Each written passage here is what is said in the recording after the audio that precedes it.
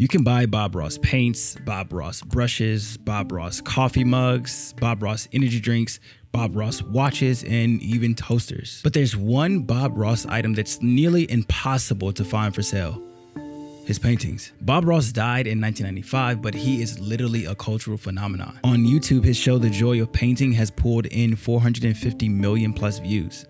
But during his lifetime, Ross painted thousands of paintings, but they are a scarce item. They rarely go up for sale, but when they do, they often attract $10,000 plus and get tons of bids. But why is that? Why is one of the most culturally loved painters' work so hard to find? I found this article from The Hustle that does a really great job of breaking all of this down. But let's talk about the real reason that it's nearly impossible to buy a Bob Ross painting. Ross was born in Daytona, Florida in 1942. He dropped out of high school in the 9th grade to work with his father as a carpenter. When Ross was 18, he joined the Air Force and moved to Alaska, where he earned the nickname Bust 'em Up Bobby for his hard nature. He would serve in the Air Force for the next 20 years, but then he discovered art.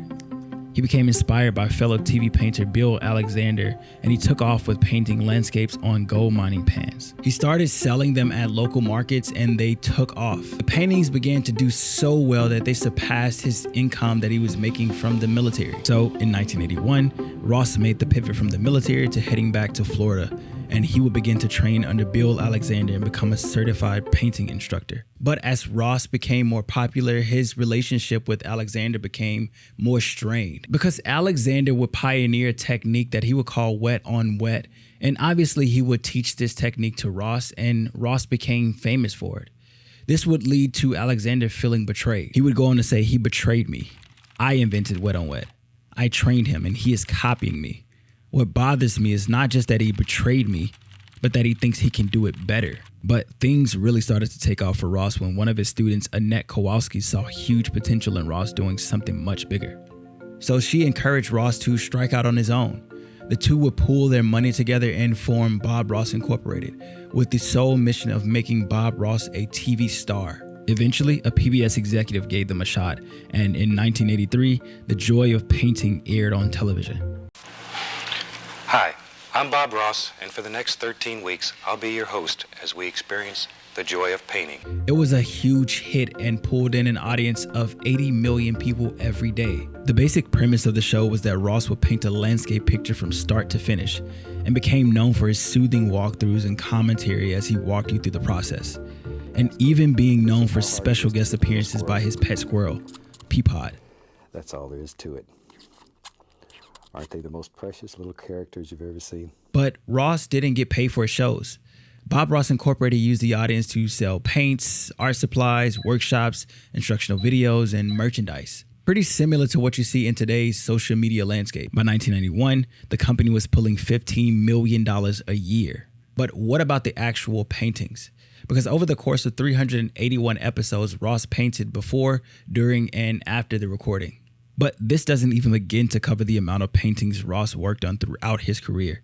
He sold thousands of paintings before he was famous, and even in fame, he painted every day at seminars, events, and charity auctions in between tapings. He was literally a beast. He painted a total of 30,000 paintings in his lifetime. Compare that to Picasso, who put out 13,500 paintings in his lifetime. People were obsessed with Ross's paintings, but they were literally impossible to get your hands on. There were a lot of them. You just couldn't find them. Even major auction houses like Christie's, Sotheby's, and Phillips have no Bob Ross sales history. Or if you look at auction sites like Craigslist, nothing. So where are these paintings? Well, it turns out that Bob Ross and Bob Ross Incorporated were in a pretty interesting agreement. The paintings that he made for TV were work for hire, so the company basically owned all of them. So when Bob Ross died in 1995, Bob Ross Incorporated became the sole property of Annette Kowalski and her husband. And currently, 1,165 Bob Ross paintings just sit in cardboard boxes in the company's offices in Virginia. The crazy part is that they never even thought about selling the paintings. Joan Kowalski, Annette's daughter, stated, "The paintings have always just sort of been there. We were sort of behind the times. It never occurred to us that anyone would want them." Really, Joan? This is only one part of the reason. Another reason is that Bob Ross Incorporated knows that beyond the paintings, they have far more lucrative assets they can use, like Bob Ross's IP. In total, the company holds 154 copyrights and tons of trademarks on Ross's name and likeness. Now, on occasion, they do lease out some of their paintings to galleries and exhibits. Some of the works can be seen at the Bob Ross Art Workshop and Gallery and the Bob Ross Experience in Muncie, Indiana. But again, this is only part of the mystery. Where are the other thousands of paintings that he sold during his lifetime? Well, Ross was known to donate his paintings to fundraisers or just sell the paintings at a low price. So a lot of people who have them got them decades ago. But town papers like the Star Press called the paintings the most anticipated item, even more anticipated than things like tickets to Cancun, diamond necklaces, rare Beanie Babies, and basketballs signed by Magic Johnson. But he also would sell paintings at flea markets and fairs and malls. Those who have them and wish to sell them use galleries like Modern Artifact to auction them off. They've sold at least 34 of Bob Ross's paintings over the years. Thing is that most people who have the paintings don't really know what they have. Most of the supply and demand of Bob Ross paintings come down to a mix of fine art and entertainment memorabilia, a unique combination that has created a legacy. Don't forget to subscribe. And remember, Jesus loves you, and so do I.